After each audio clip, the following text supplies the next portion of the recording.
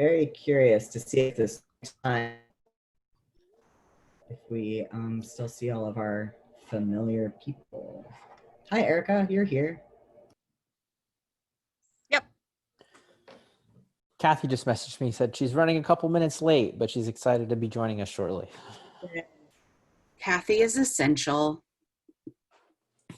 Very I like that we have regulars, don't you guys? I love that we have regulars. That's so Me amazing. too. It feels like we all work at a coffee shop and you're like, oh, hey, Erica, I know your order. Double milk latte with 2 long shots. Cool. Hey, Chris. You know, it's like everybody's like, where everybody knows your name. Yeah, I look forward to this group. Should I make a marketing video for the summit where I do like, I sing that and then I'm like, That sounds amazing. Chris, I walked in and the first thing I heard is Casey say that Kathy is essential. And then it just wrapped my mind right back into the government budgeting meeting about what the hell is essential. Like, how do we define essential? Perfect. That's a nice segue. It gives us confidence that we're not doing things in silos. Yeah, true that. I was just reading an interesting article about how things have been defined as like essential, and I don't know, I can forward it to you all. I think Yes, please. That'd be super helpful. It was depressing, but I'm assuming that teachers didn't think that they were essential. yeah, I don't know. Are they have they been deemed essential in most places, teachers? I don't know. I mean, our governor just opened up our whole state. We can do everything we want other than fill concert halls, and all our meetings have to be back to public in person again. But don't worry, we had like 120 cases yesterday in our county alone. I'm speechless. I don't know what to say. That's insane. I have so many things I'm not saying. I think we had like 200 deaths today too. 176. Holy, that's horrible. Florida now Wow. picking up almost 10% of the United States cases. That's awful.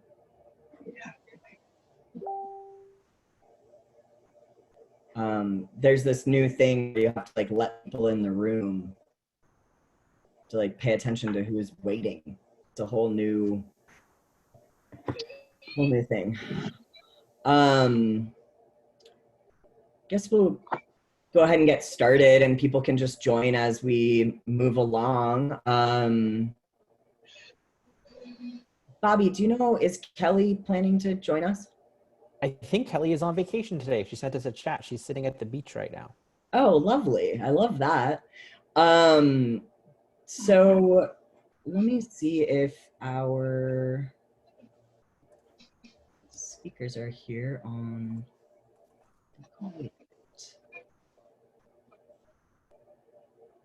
I don't see Snow yet. And I do not see either of our speakers.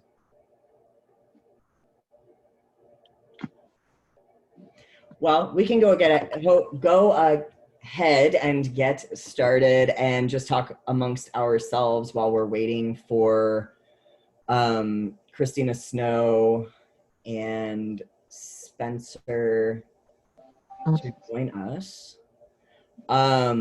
Today we did want to focus on, we wanted to focus on field services and changes in field services, changes in animal control.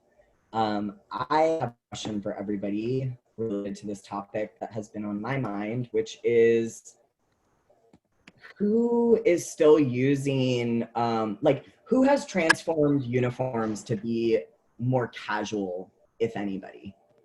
Are your uniforms, do they look like sheriff's uniforms? Chris, I see your hand raised. Yeah, some of you may have seen some of our slides we used in Expo last year and this year. We moved away from a blouse to a polo shirt. There's no patch. We never had a badge despite requests for such things. and so it's softened the look. But when we go actually out and do door-to-door outreach work, we also have a t-shirt option that we use, and it's a different color too. It's a lime green, which is one of our logo colors.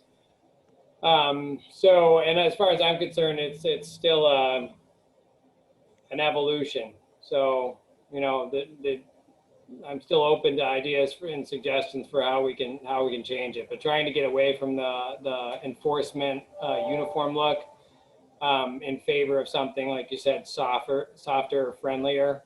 But my gang loves the black BDU pants though, because they hide all manner of soil, blood, feces, whatever it might be. So can't get away from that. Yeah, that's what I've generally seen too, where people are changing what's on top, but still using those pants because they're useful too. Anybody else changed uniforms recently? I'm asking because I get questions about this probably once a week. How do you change uniforms? And so I'm just trying to sort of get a pulse from all of you where you are with your field officer uniforms. We haven't changed uniforms recently. We changed a couple years ago to that polo shirt BDU. We took the badges off, but essentially we have the badges embroidered on the chest, which is a little different, but still looks professional. The only problem is, you know, when you're wearing a ballistic vest, you still are going to look like law enforcement, and our team does, so. And in Lubbock, they're kind of strange. Like all of their staff are ACO officers. They're all officers. But they went from, they still have the badge on their polo shirt, but it's like a really bright teal color. So it's like a really friendly, inviting color. I like that. That's cool. And then is anyone wrapping their trucks or doing anything like I think those go hand in hand, right? Like making your truck look less law enforcement too. I think we're working on a design for that right now with our offices on the trucks. Awesome. If we could get some good examples, like even just photos of all of these different things up somewhere to give people ideas, that would be amazing. So if you have like changed your uniforms or anything, if you could send along like photos or anything like that, if you're open to sharing that, I think it could be really useful for people to just have options and then take to their folks that they need to talk with about making this change. Anybody else? Hey, Spencer. Oh, hey, Spencer. What's up, guys? Sorry, Kelly just emailed me and said there was some connectivity issues, but I'm glad to be here for sure. No worries. I'm glad that you're here. Do you want to introduce yourself? I know Snow's joining us as well. Christina Snow from PEMA, but do you want to introduce yourself? Sure. Yeah, I feel like I know a ton of you already, which is awesome. We're building this network of lifesavers, man. This is really cool. I'm Spencer Conover. I'm the Assistant Director of Pasco County Animal Services. Previously, I worked for some other large nonprofit organizations, the Dumb Friends League in Denver, Best Friends Animal Society, as well as the Humane Society of Utah. But now I'm living in Land O'Lakes, saving animals here in the Tampa area and loving every minute of it. Thanks for being here. So you've been here before, so you know kind of how this goes, but just a chance for people to ask questions and just bounce ideas off of you and each other. Does anyone have any questions for Spencer?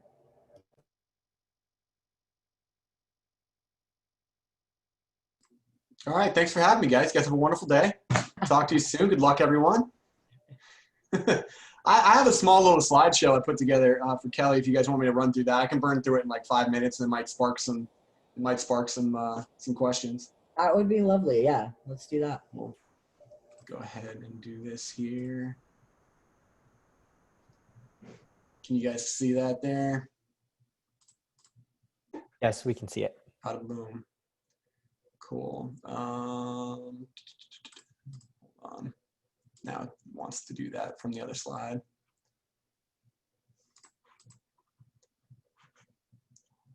Just a second. That's the one I want right there. Perfect. Cool. So kind of run through the stuff here. So I'm with Pasco County Animal Services. So our story is pretty quick.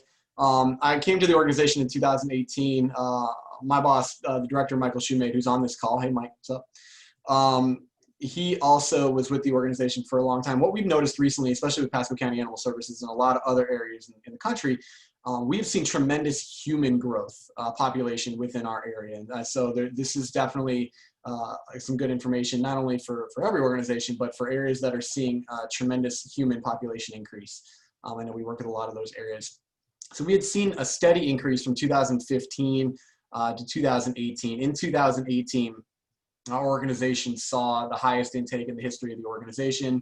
We had tremendous life-saving efforts, but essentially early 2018, we had visited Maddie's Fund. We'd done this tremendous foster apprenticeship with them, worked with Kelly Dewar and her team. It was great. We came back and we were so stoked and we're like, yeah, man, we're gonna shove everything into foster homes. This is awesome. So long story short, about September 28th, I just went to Mike the other day and said, hey, it's the 2-year anniversary. September 28th, we had 689 animals in our care. Capacity for care is about 150. We had about 400 animals in foster care with 1 part-time foster coordinator in tears, no idea where half of them were. We ended up having to perform this whole entire process of trying to wrangle them all up, get them all fixed. We called it Operation Fix Them All. We got out of it, but ultimately it was an absolute mess. We had over 100 negative outcomes due to admin missing animals. We couldn't get back into our care.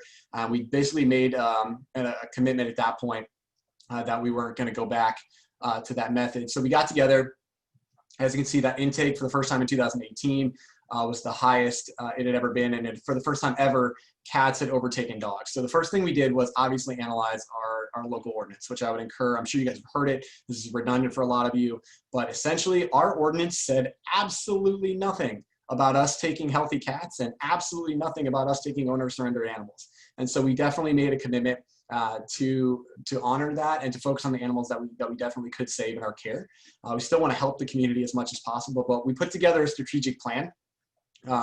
And I provided Kelly with all of these documents, including this presentation, because I've been in a million of these. I know, like, that's always my first question. Like, can you share your slides? Can you share your PDF?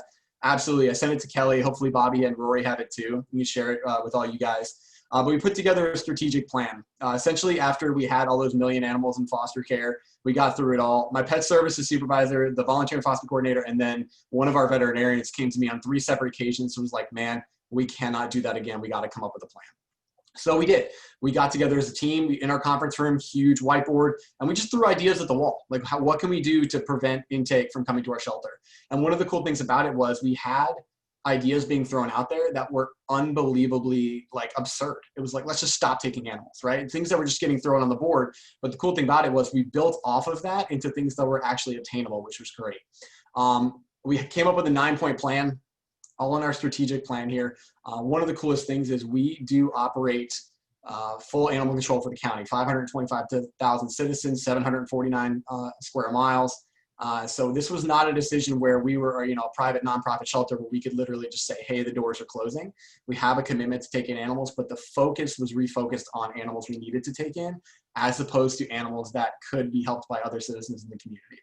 So I won't go too much into this, but the other thing we did was we needed to set attainable goals, right? So the hallmark of our strategic plan was our Leave Them Be program, which I'll go into in a minute. But we knew that after 50 to 75 years in our community of building this culture of find a cat, take it to Pasco shelter, find a cat, take it to Pasco shelter, we couldn't just one day say, nope, no more cats, right? So what we needed to do was set an achievable goal. Our goal was a 20% decrease over the first year in this plan. And so our Leave Them Be program, it was pretty, once again, I say this all the time, this was not our idea. I don't have these ideas. Mike doesn't have these ideas. You guys all have these ideas and we all just share it with each other on calls like this, conferences. I think it's incredible. Like we had this information from a shelter. I think it was in Arizona. Jacksonville's doing something similar. Don't kidnap the kittens. Hillsborough County just below us. Wait till 8. A lot of people have these programs. I think one of the reasons that our program was successful, and as successful as it was was the partnerships that we built along the way. We knew that if our shelter had a Leave Them Be program, a cat and kitten intake diversion program, that mattered to the 20,000 Facebook followers we have. Like, yes, those 20,000 Facebook followers are now going to follow our plan. The problem is there's over 500,000 people in this county. So how do we get that to all the people in the county that, you know, are finding these citizens, or finding these cats rather, all these citizens that want to support us? So we put together marketing materials. We partnered hugely. We would not have been able to do this without partnering with our county's marketing, media, communications relations team. That was absolutely essential.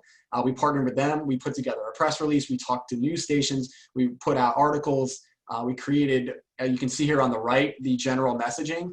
This was not for us to relay to the public. This was for the county customer service to relay to the public. One thing that we found with these kittens is— Okay, perfect. Thank you. If the citizens are bringing the animals to the shelter, once they're at your shelter, it's too late.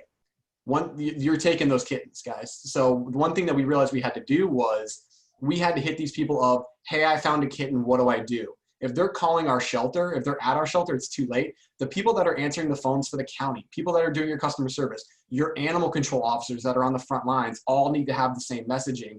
So I think by partnering with our media relations and communications team and our county customer service team, we were able to all have this unified front and obviously work together toward that, which was cool. The other thing is this link down here. We partnered with our media relations communications team to film this awesome snippet as to why we do this program, which is absolutely incredible, how it works and the reasons behind it. If you haven't checked that out, I know Cameron Moore, she spreads this all around. A lot of people have seen it, but if you haven't, check it out. It's been pretty effective for us. After 2019 is when we launched that. As you guys can see, our goal was about a 20% decrease in cats.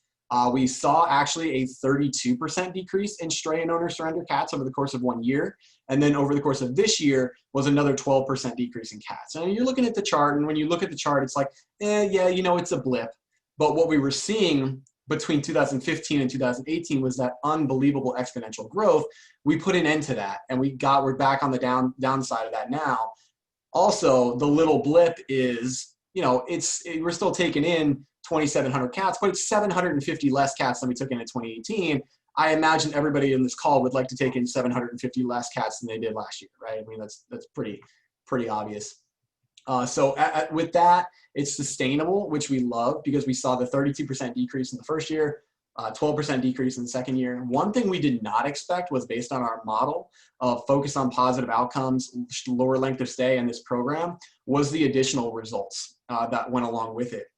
Our length of stay since 2016 has dropped to under 6 days for animals in our care as a result of this. Our euthanasia is down, our save rate is up. One thing that we're also seeing is by partnering more with rescue groups, and I've talked to Bobby about this a lot, and I'd love to do a whole nother presentation about our partnership with rescue groups, but because we partner so closely with the rescues in our community, we're seeing a much higher rate of revenue per adoption. We're having to do less adoption promotions, essentially, which is really, really cool. And so our goal was to take in less cats, which we're doing. But as a result, it's like this spiral of we're having all this other success as a result of it, which is really cool. So when you hear, you know, people on these calls and these amazing, incredible, inspirational national people that are way more qualified for this than I am, talk about intake is the key, intake is the key, intake is the key. It's really proof in all of these things that we're seeing here as a result of the decrease in intake. So just real quick, I wanted to kind of go through that. My contact information on the board here.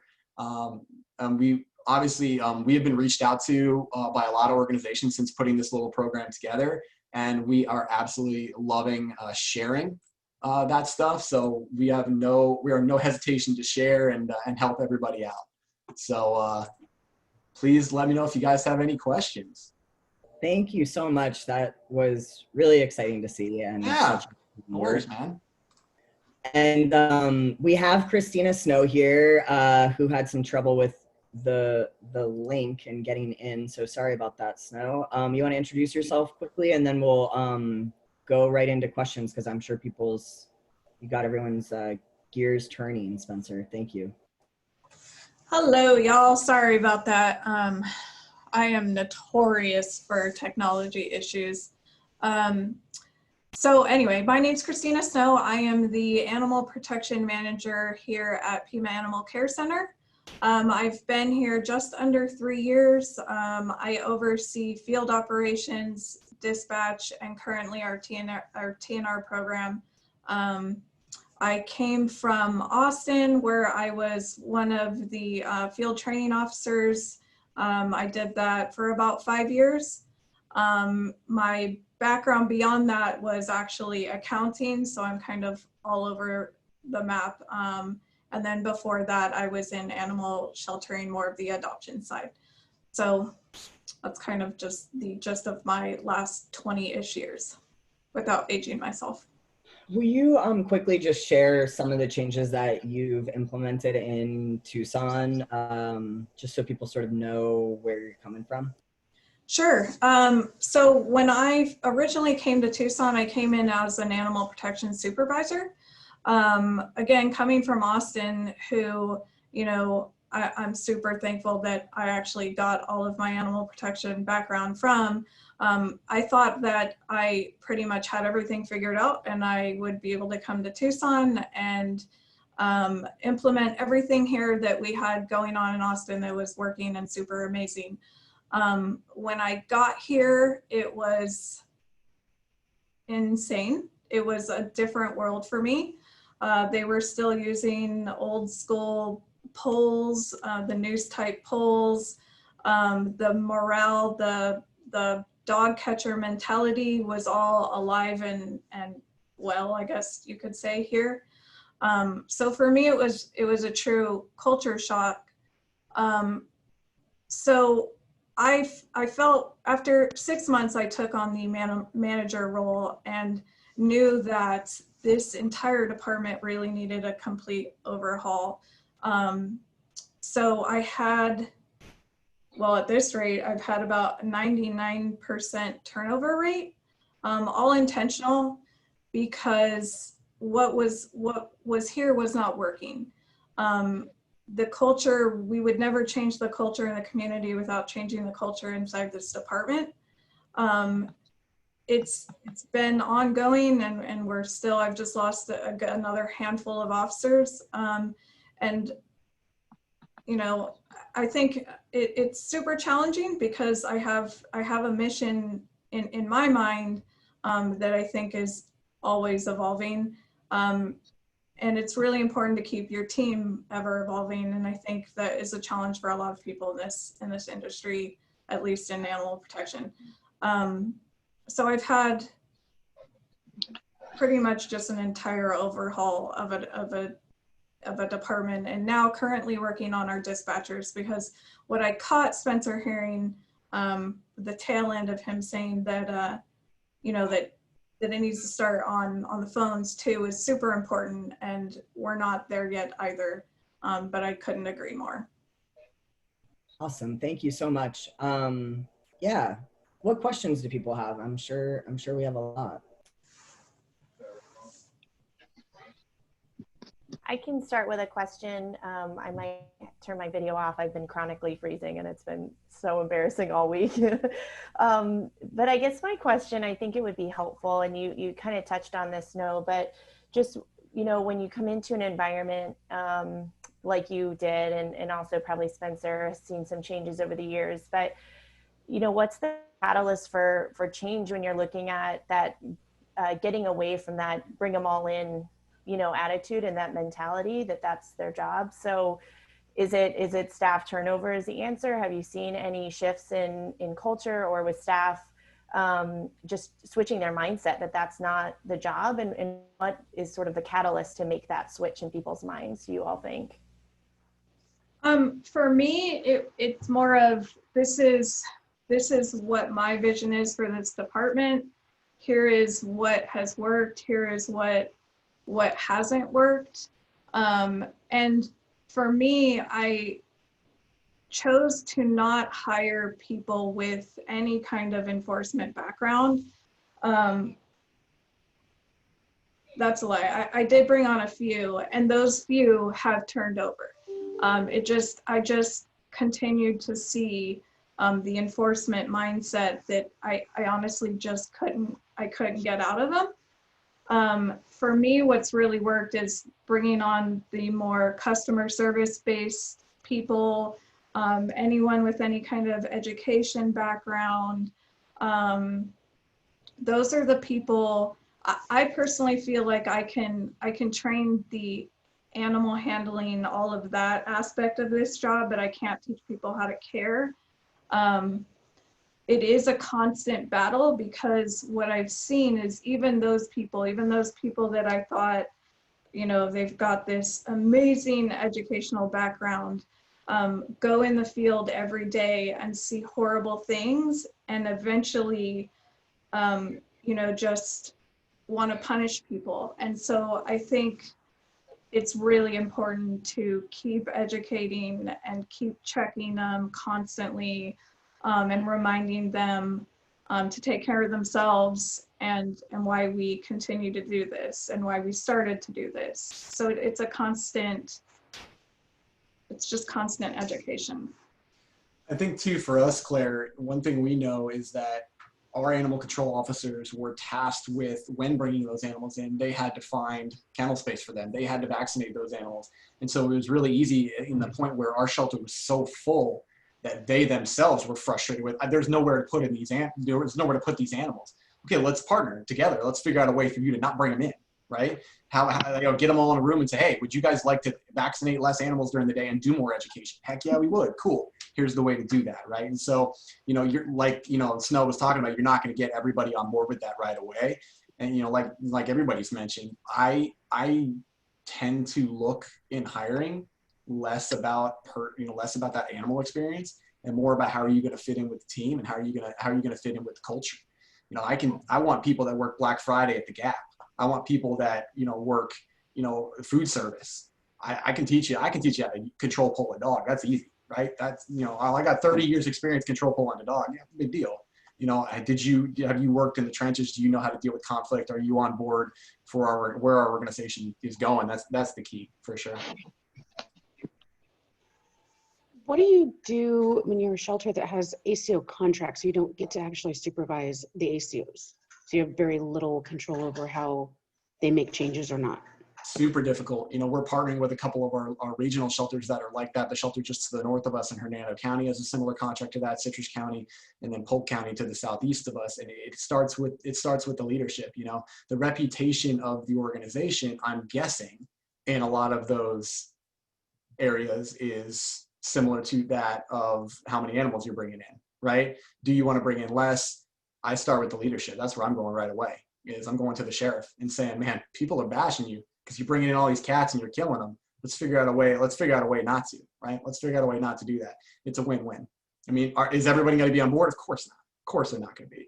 But can you make those small incremental steps? Can you set a goal to do 3% less cats every year? Can you set a goal to do, are you going to convince the sheriff tomorrow to stop bringing in stray cats? No, probably not. But can you create these small incremental programs that are steps toward a positive light?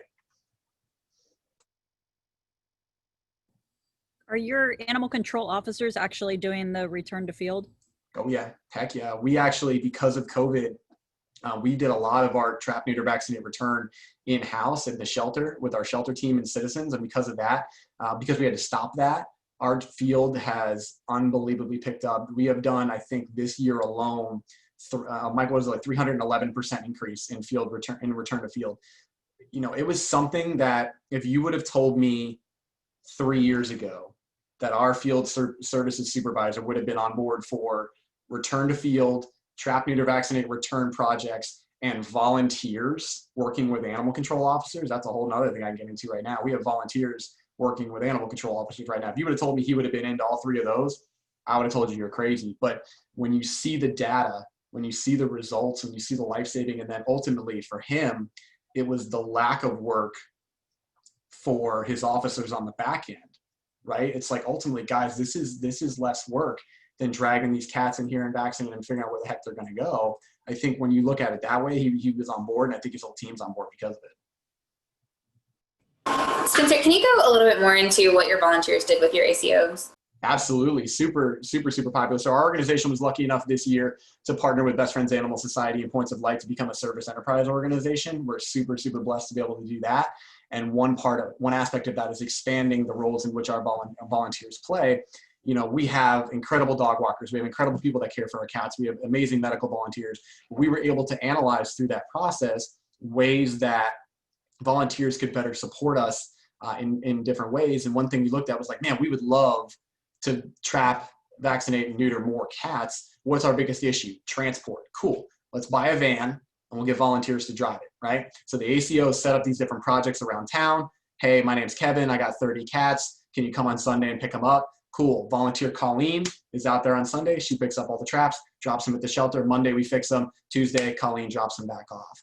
The added aspect to that is that's our trap, neuter, vaccinate, return to field stuff with volunteers. One other thing we were noticing is our animal control officers are on a call, right? So they're on a call, they get back in their truck, and for the next 20 minutes, they're in their truck writing up the call. What we realized is, hey man, that 20 minutes could be spent driving to the next call. Let's pop a volunteer in your passenger seat. They write up the call for you.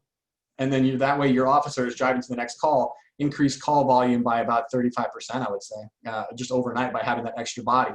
The next step, which we haven't quite gotten to yet, but we're almost there, super close, as those volunteers are in that passenger seat and they're learning that and they're gaining that experience. Now we partner with our county to where those volunteers now have their own vehicle. They're going out and taking the nuisance calls, you know, picking up trapped cats that are injured, picking up confined stray dogs, nuisance calls that are very easy to do, dropping off warnings at people's doors. That's something a volunteer can do, and we're not shying away from it for sure.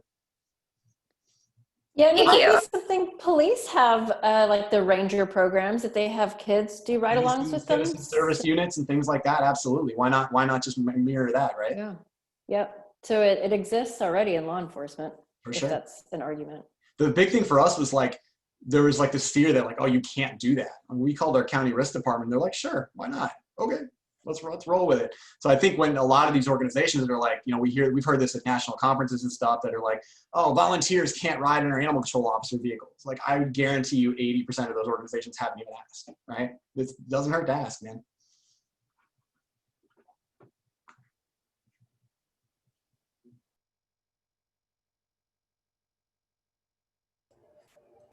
What other questions do we have?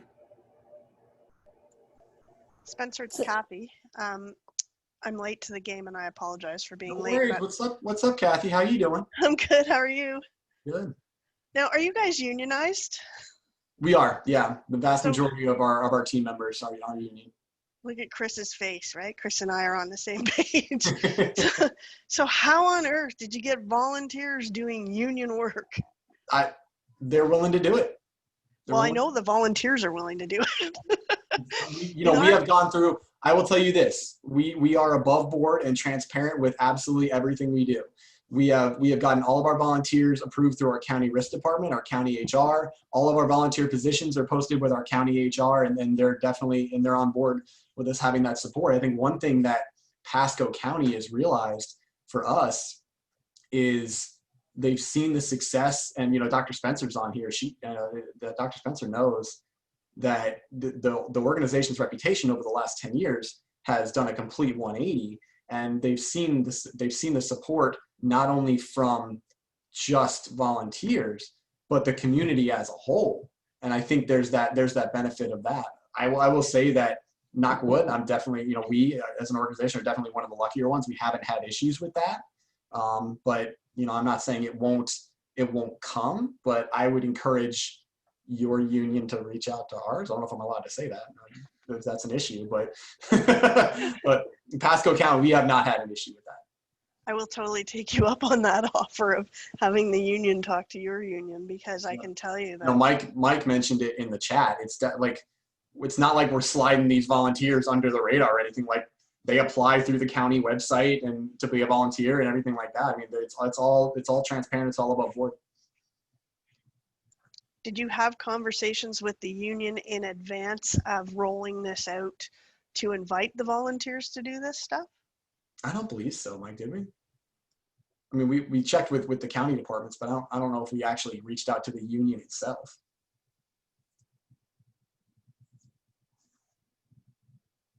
No, I guess not. We can chat more about that offline though, Kathy, for sure. Because I hate that that's a barrier for you guys, for sure. Oh yeah, like all our volunteers get to do our, we do have wildlife drivers that drive to wildlife rehabilitation facilities. Sure. And so we've got them doing some of that kind of stuff, but that's only, and in those cases, for whatever reason, because none of the wildlife rehabbers are in our city, Sure. you know, where the ACOs are supposed to be, the ACOs haven't kicked up a fuss about having people do that stuff. Yeah. But literally, we can only have volunteers in to walk dogs and pet cats almost. Chris brings up a good point in the chat. You know, one of the things that we always do with our risk department is baby steps, right? It's like, well, hey, we were doing this, so let's expand it to this. We were doing this, so let's expand it to that. It wasn't like, hey, we went to the county one day with no volunteers, and we're like, hey, we want volunteers driving ACO vans. And we'd be like, oh my gosh, no way, right? But like to take them and say, no, for a long time, we didn't have a foster program because of an incident that happened, and the risk department was like, shut it down. And then it was like, okay, hey, can we send sick baby cats to foster? Yeah, that's cool.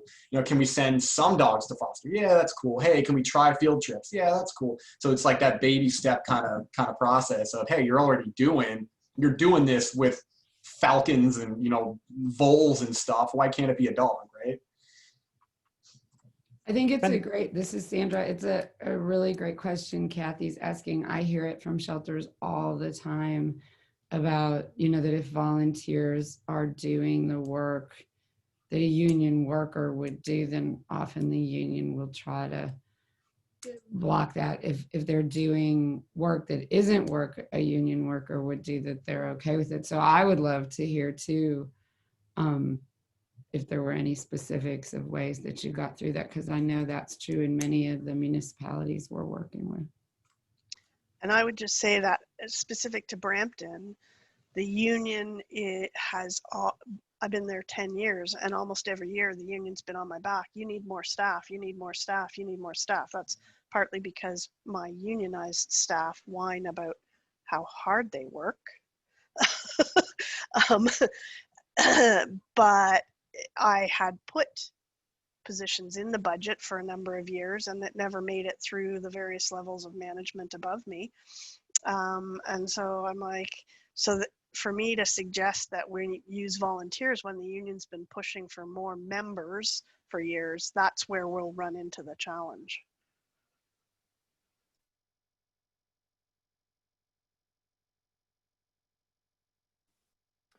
Spencer, for the training that, and this is awesome information, by the way, thank you so much.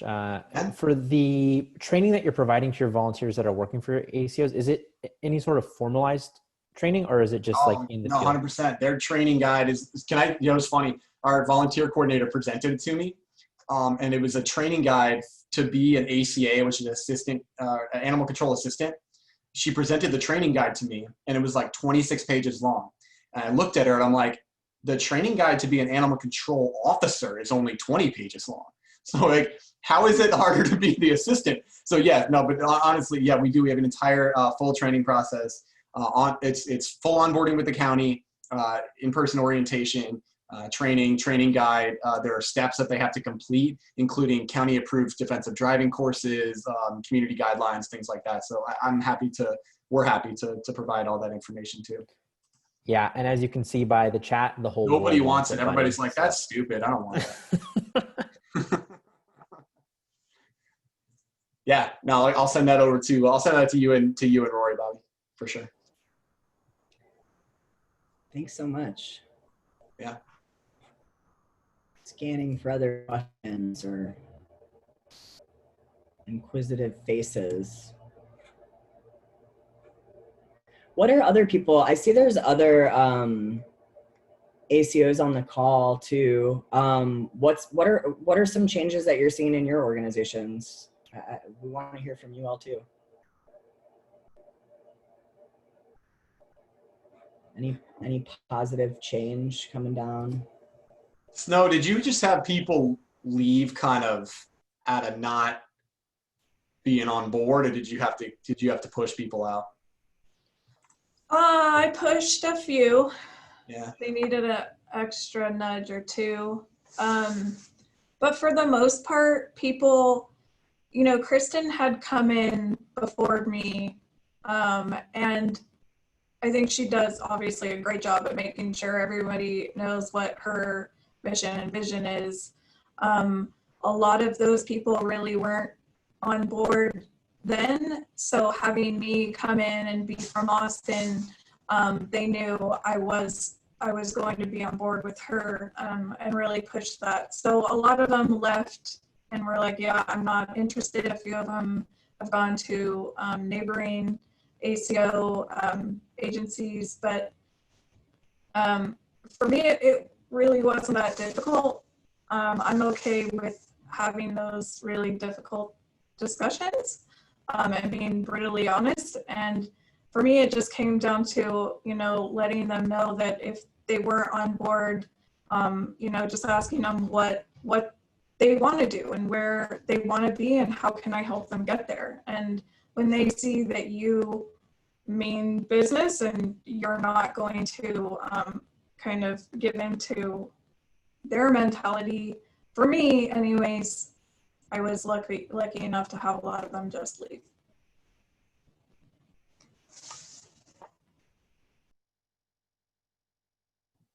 We've been pretty successful the last few years of filling our ACO positions, which we hadn't traditionally, with people that work in the shelter. So they work customer service, front desk, intake, all that jazz. And for whatever reason, it's worked out really, really well because they're used to that constant change and, you know, sort of what we would consider the up and coming philosophy. And we had not done that in the past, but we have very little turnover to begin with.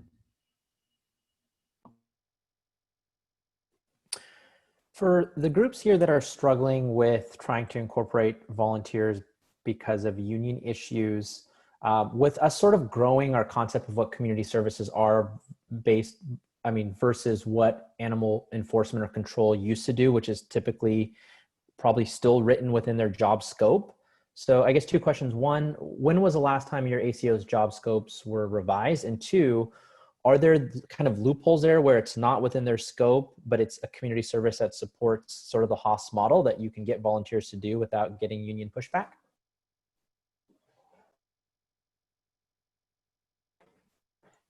Spencer, you want to take that one first? Yeah, sorry, I was looking at the chat. I love Stephanie's comment down there about using a citizen dog walking service. That's really cool. Sorry, it caught me off guard. Sorry, what was the question, Bobby? It was about the union stuff again. I apologize. Yeah, no worries. So basically, do you have, like, when was the last time that your animal control job spec or scope was revised? And two, are there any sort of community services that you're providing now that's not within their job scope, so you're not having union issues regarding it? I know you guys are kind of best practice, but for sure. I think one thing that, you know, ever since I've gotten here, I can't speak before that, but I know Mike has always been on top of it too, is we are analyzing our job position descriptions annually. When we submit our business plan for budget, we're submitting for new positions, we're submitting for updated positions. Every time that we post a position, we are analyzing as a leadership team that job position description to ensure that it truly meets what that position has become. Because as we add programs, as we add services, as we reduce services, as we reduce programs, we want to ensure that that job description is a direct reflection of what they're doing. With that being said, specific things such as programs like trap, neuter, vaccinate, return to field aren't necessarily specifically laid out. I would say, like, I know that the animal control officer job description would say something to the effect of participates in community programs to engage life-saving in Pasco County. Whereas, something like this is specific to trap, neuter, vaccinate, return to field, cats. So I don't know if that's maybe a loophole around what you guys are dealing with, but it's not like, hey, the job description says animal control officers do return to field, and now we're trying to get volunteers to do return to field. Has anybody else sort of looked at that language within the job spec to see if they can get away with that without having a lot of union pushback? Kathy? I have a different plan. We have rather arbitrarily, because like Erica, we don't typically have vacancies. We lost a full-time kennel position early this year, and our plan was to convert it to an education outreach position. And then right at the beginning of COVID, we lost 2 of our ACOs. So we've been backfilling those positions, and we're just trying to look at what our needs are, because, you know, we're a much different demographic, and especially from the animal population and the challenges that we see in our community than a lot of the large shelters in the US. So we don't have a problem with a lot of free roaming dogs. And Bobby, I think you and I have had a conversation in the past recently where the numbers of cats in sort of the northeastern part of Canada and the US have been dropping in shelters for the last 5 years. Like, I think our cat population has declined 20% over the last 5 years. So we were already having conversations about, we have to figure out what else we can do in the community. Otherwise, these people aren't going to have jobs because we don't have animals. So now with those vacancies, we're going to look at converting them to and changing the job descriptions completely to be more reflective of the community-based approach. And so that's just a bonus for us that the positions are actually vacant and we don't have to go through it with people that are currently in one position and change their job description that dramatically.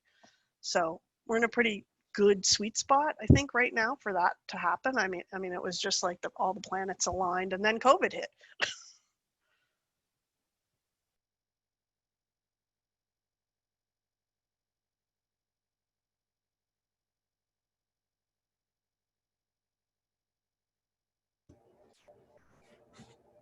Really good information.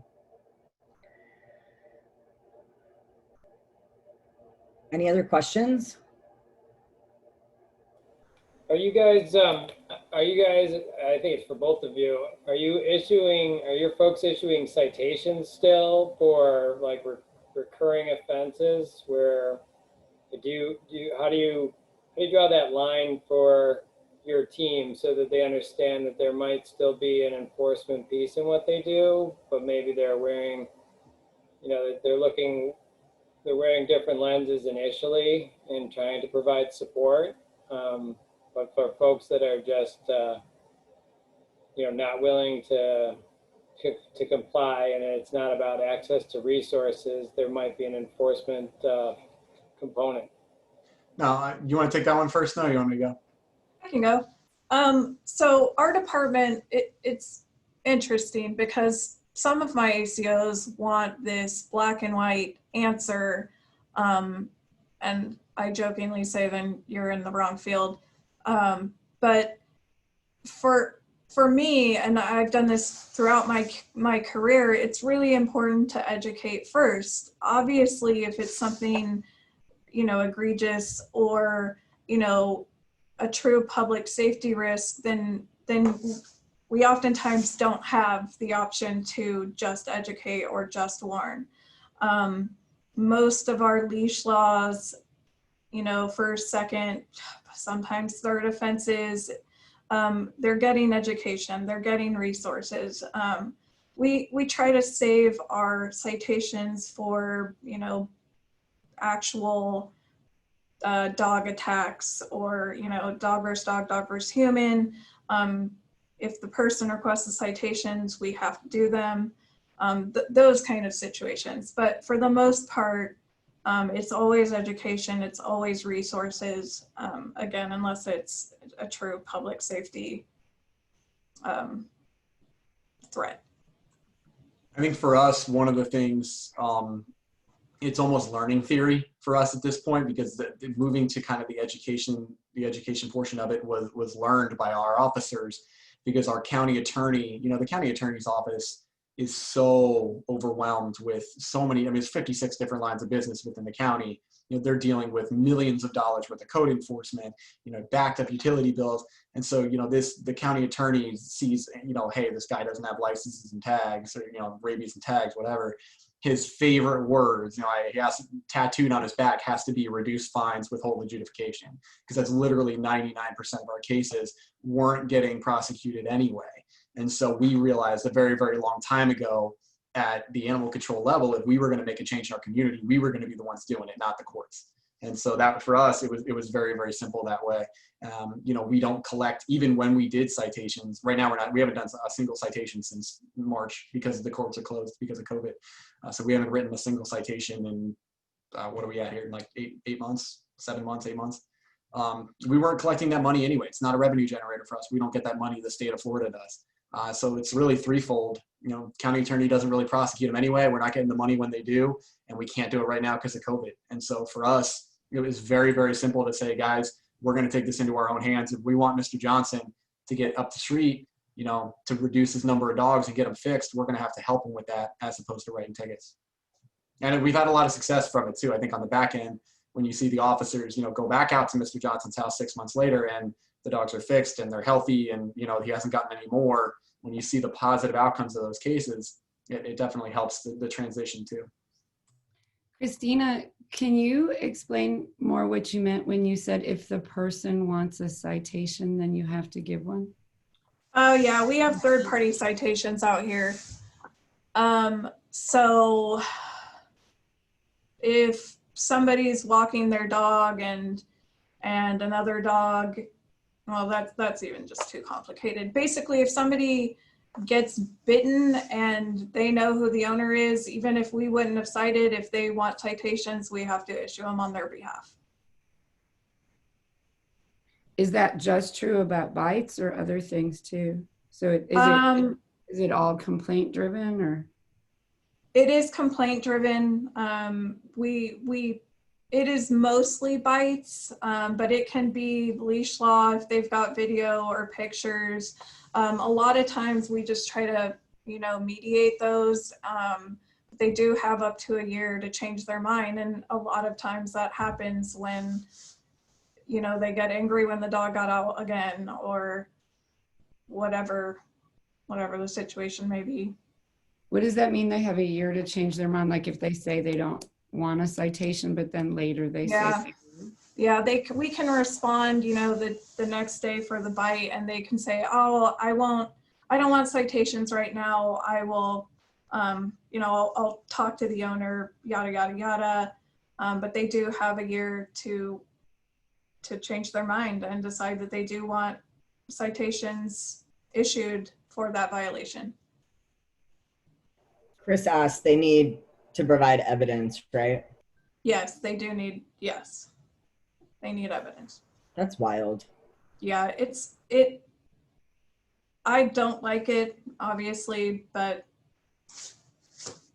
our hands are tied. We didn't have that in Austin. We did not have third-party citations, but.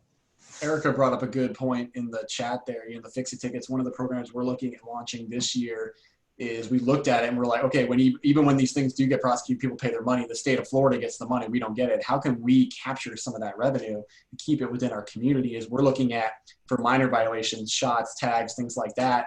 I'm going to write you the citation, write you the warning, whatever it is. If you want it to go away, come take my safe, I don't even remember what we call it, Mike, the pet owner rehabilitation class. It's basically like traffic school for a pet owner, right? You come in, you learn safety stuff about your dog, how to take care of a dog, how to take care of a cat. You come in, you take that course, you pay us, you know, normal tickets, $125. You come pay us $50, take the class, you're there for 3 hours. Responsible pet ownership course. I love it. That's similar to what ours is called. Well done, Erica. But that's similar to what ours is going to be. And we're looking at capturing some of that revenue and then keeping it within our community. I think, once again, education over enforcement, right?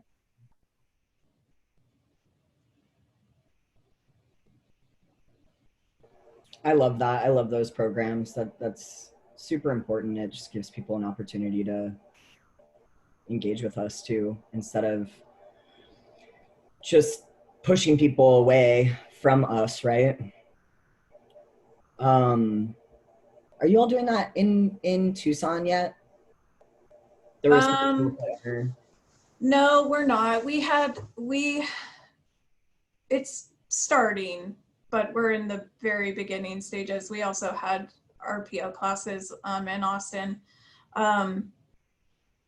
Yeah, we're not. Our hands are so tied. I mean, we get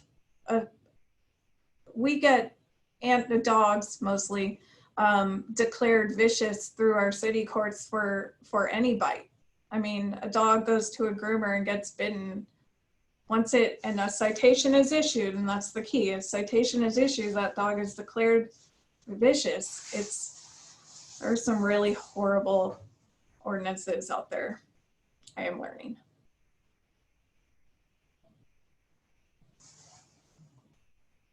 It's a great question, Bobby. Is the course online? We were originally looking to implement ours. I know Erica just said hers online. We were thinking in person, but now with COVID, it's like, why not, right? Why not do it online? When you guys are talking about classes for responsible pet ownership, how are you defining that? So it's like instead of, well, does Spencer want to, or Erica, do you want to jump in? You've been doing yours for 10 years. It's actually a phrase that I don't have much to say of it just because I don't have one, but it's actually a phrase I really don't like, because I think that, at least in my experience in Austin, those classes were offered to people that aren't necessarily, I mean, you're basically calling them irresponsible. Yeah, real. And so I don't like the term, but I know that. One thing I know that we're looking at is expanding it past just violators. I think one thing that we adopt out dogs and cats in our program that we wouldn't normally adopt out 10 years ago for behavior reasons. And we don't necessarily have a behavior modification program, but it'd be nice to ensure that the people that are adopting certain behavior issues are aware of at least the basics. And I think we're looking at offering that to adopters. We're looking at offering it to first-time adopters. We're looking at, so I think at that point, it's expanded past, hey, you got a ticket, you're irresponsible. It's almost more informational at that point, and it's open to everybody. Yeah, can we back up for Dr. Newbury and just explain what the course is for? I think that was missed. So ours was set up, I want to say it was about 10 years ago. And essentially, we did set it up so that it was for people that received citations to get out of their citations, so they could go to the clerk of court and sign up for the class instead of paying the citation. And there were certain ones that it did not apply to, dangerous dog citations, but we will do it for, minor cruelty violations, something that's repetitive, running at large for the 5th time sort of thing. And we also catered it towards people that wanted to go to it to have a waive fee adoption at the animal shelter. And so right now it's only for what we would call offenders, because it's on Zoom now. And it was quite a challenge to move it all to Zoom. It comes with a whole printed workbook. It just goes over all the education. So everything from the major laws of food, water, shelter, to where to call for resources in our community. Also things like heartworm prevention, giving your dog heartworm, basic vet care, how to properly put a collar on a dog, a lot of basics in there.